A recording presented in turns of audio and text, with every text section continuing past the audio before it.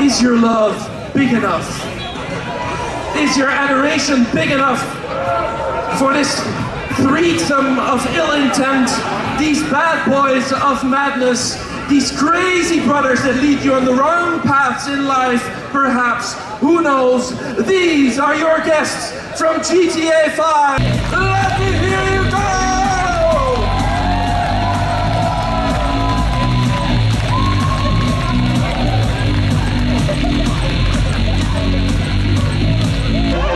Welcome! AAA gaming. Scarcity by design. How game studios manipulate supply and demand to keep us hooked and paying. In the gilded halls of AAA gaming, scarcity isn't a bug, it's a business model. From vanishing cosmetic bundles to meticulously timed battle pass expirations, today's most lucrative games don't just sell content, they sell absence. What looks like a limited edition skin or a fleeting loot drop is, in economic terms, a textbook lesson in a constrained supply and hyperactive demand, all engineered. This isn't just about game balance or design elegance, it's about how digital worlds are now laboratories for manipulating player behavior, using scarcity not to simulate reality but to monetize our impulses. Many of today's biggest AAA titles like Fortnite, Call of Duty, and Diablo don't just entertain, they simulate scarcity in ways that mirror economic manipulation. Through time-limited bundles, seasonal passes, and artificially rare items, these games create urgency and amplify demand, often tapping into psychological cues like FOMO and sunk cost bias.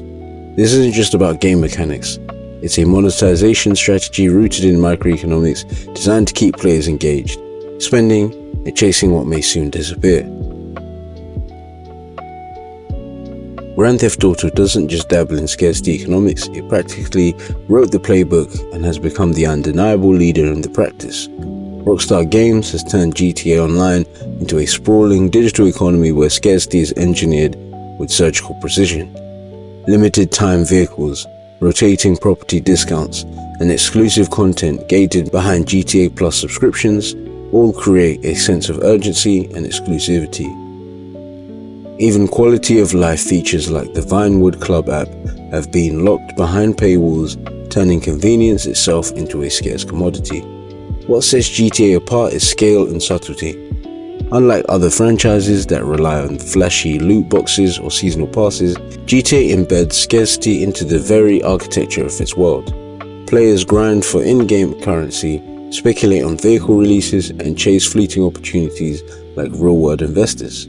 It's not just monetization, it's a masterclass in digital rent-seeking where Rockstar profits from both the illusion of rarity and the friction of access.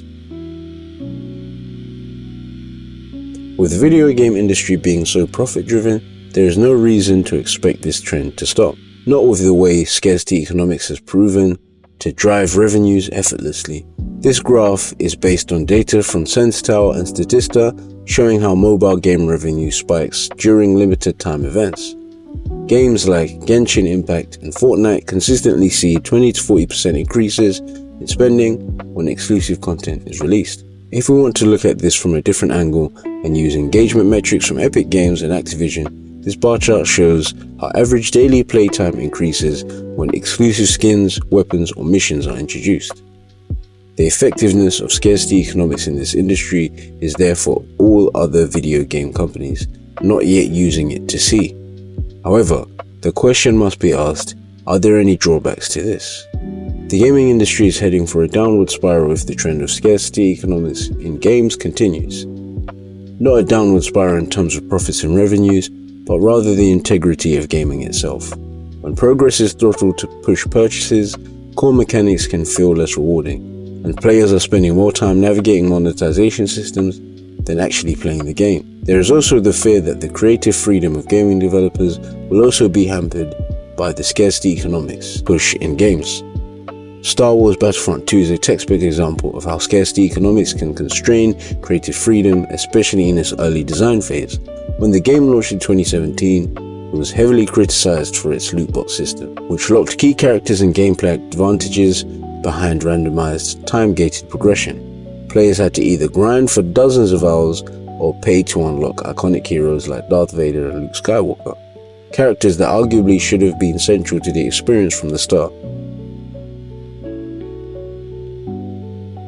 This monetization-first approach warped the game's design priorities. Instead of crafting a balanced, immersive Star Wars experience, developers were forced to build systems around artificial scarcity and monetized progression.